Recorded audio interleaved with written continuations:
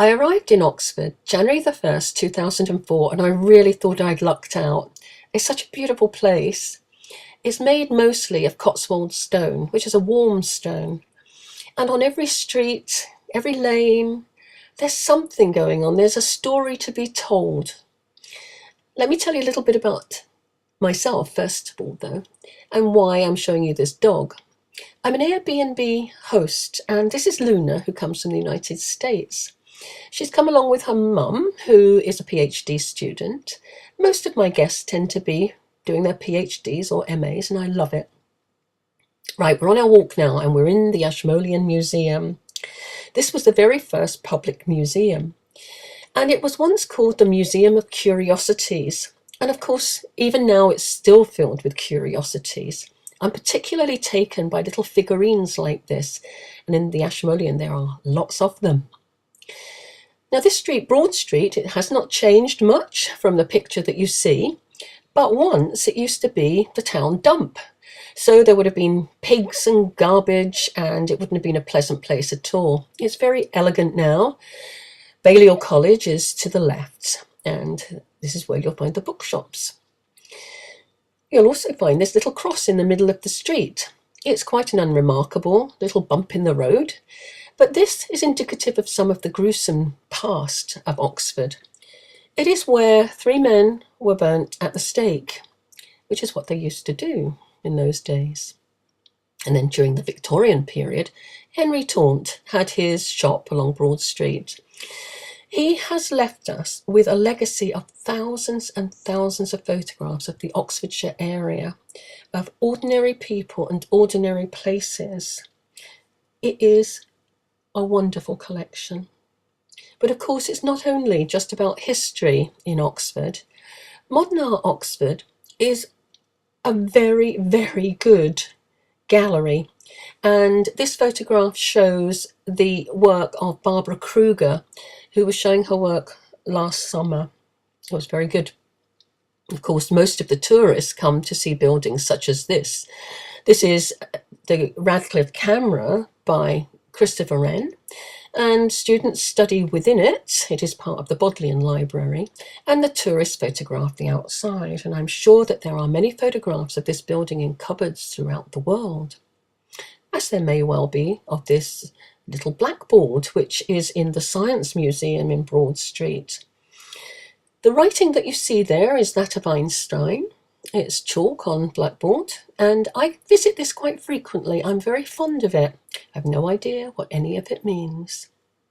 Of course, on Broad Street, there's always something going on, and particularly on May morning, where you might bump into a man dressed as a tree, or you might watch some of the Morris dancers dancing. Equally, you might bump into my friend Jack, who at 6'5" plays a very good green man, and Martin Parr is right there next to him. For a cup of coffee, it's a nice place to go at the Blackwell's bookshop. It's like going into the TARDIS, because there's thousands and thousands of books and many, many different levels and floors. It's a great place to go. And right next door is the western wing of the Bodleian Library, which is filled with treasures, as you would expect. The Magna Carta is there. It has a collection of books from all over the world.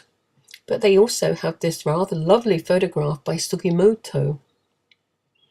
Now, what great city could be called great if it did not have amazing pubs? Oxford has some of the best pubs in the world, and the famous Turf Tavern is probably the most famous. And as it says, you will get there an education in intoxication. Just up the road, there is the Pitt Rivers Museum. It is filled to the brim with stuff from all over the world. There's nothing else like it. David Bailey, the photographer, said it's probably the treasure house of England. And then when visitors come, we go there. And in front of the Pitt Rivers, there is the Natural History Museum, where you might see this tatty little fox that has been retired. My son Zimra, who is a ceramic artist, and my granddaughter enjoy coming here. And it is, of course, where Darwin gave his great lectures. Now, walking on from Broad Street and down Holywell Street, you'll come to a cemetery called Holywell Cemetery. It is one of the most peaceful places to sit. People will come, bring their lunch and sit and have lunch in the grounds. Very peaceful. Of course, there are galleries everywhere as well. Oxford is renowned for its choral music as well as its sonic art and its social sculpture. There's usually things going on the street as well, and there are a number of different theatres. One of the things that you can miss when you live outside of Europe, I lived in Canada for 20 years, was I missed the sound of bells on Sundays. It was very strange. I really did miss them. So I'm glad to be back in a place where the bells ring out frequently. And another thing that I did miss was the Celtic art of Britain. I feel very much in touch with Celtic art and the Celtic culture, if you wish. And at Holywell Cemetery, there are numerous examples of Celtic art on the stones. And as you leave Holywell Cemetery, you'll see this massive nest. It's probably a crow's nest. And I've sort of made my own little nest in Oxford for the last few years. But, you know, I'm not really rooted here. I think maybe it's time to find a home somewhere else.